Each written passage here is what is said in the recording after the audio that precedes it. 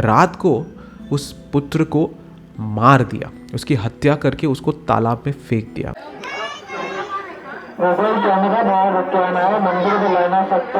तो दोस्तों अभी मैं जा रहा हूँ कृष्णेश्वर ज्योतिर्लिंग, जो 12 ज्योतिर्लिंगों में से एक है। तो ये एलोरा केव्स के नज़दीक है, ऑलमोस्ट 2 मिनट्स दूरी पर है। दोस्तों जैसे कि मैंने आपको बताया कि कृष्णेश्वर ज्योतिर्लिंग को 12 ज्योतिर्लिंगों में से एक गिना जाता है, और उसके साथ साथ मैं ये भी बताना चाहता हूँ कि इसको अंतिम ज्योतिर्लिंग कहा जाता है, इसका दर्जा मिला है इसको। और वो क्यों है, उसके पीछे एक कहानी है।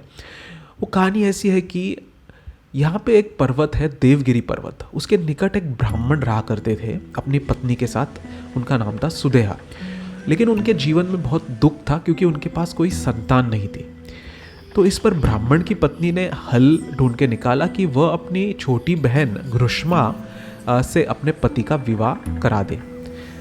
उसने वैसा किया, और फिर बहन घृष्मा जो थी वो शिव जी की बहुत बड़ी भक्त थी। शिव जी के वो पार्थिव शिवलिंग निर्मित करती थी और उनको वो विसर्जित करती थी वहाँ के एक तालाब में, और ये वो हर रोज़ करती थी। उनका विवाह सुदेहा ने अपने पति के साथ करा दिया, और घृष्मा ऐसे रोज़ शिवजी की पूजा करती रहती थी, शिवलिंग को तालाब में विसर्जित कर देती थी। ऐसे कई महीने चले गए और फिर उनको एक पुत्र प्राप्त हुआ, यानी पुत्र का जन्म हुआ उनके घर में बच्चे की किलकारी गूंजी, तो पूरा घर खुशनुमा रहने लगा।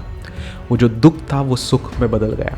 सुदेहा ने अपनी बहन से अपने पति सुधर्मा का विवाह खुशी खुशी तो करा दिया था, लेकिन अभी उसे ईर्ष्या या जलन होने लगी थी। अब सुदेहा को अपने बहन के पुत्र से बहुत नफरत होने लगी। उसने अपनी ईर्ष्या या जलन के कारण रात को उस पुत्र को मार दिया, उसकी हत्या करके उसको तालाब में फेंक दिया।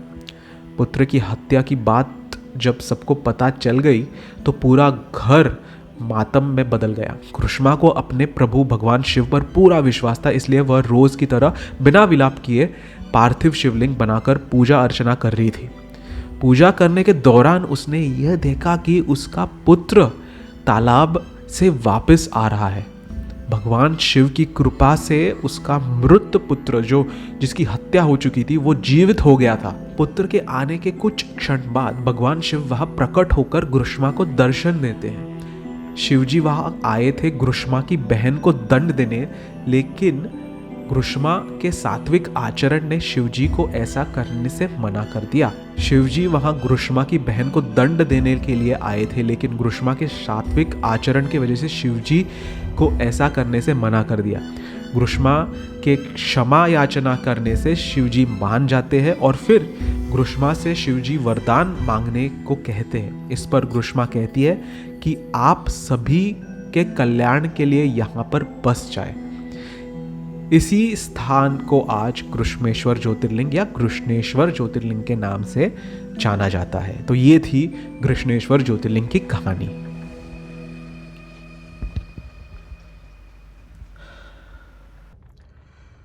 तो दोस्तों एकदम टाइम पे हम दर्शन कर लिए। अभी बारिश भी आने लगी, आप देख सकते हो। इसको हटा देते हैं थोड़ी देर। तो अभी हम निकलते हैं अपने होटल रूम के लिए। Let's go.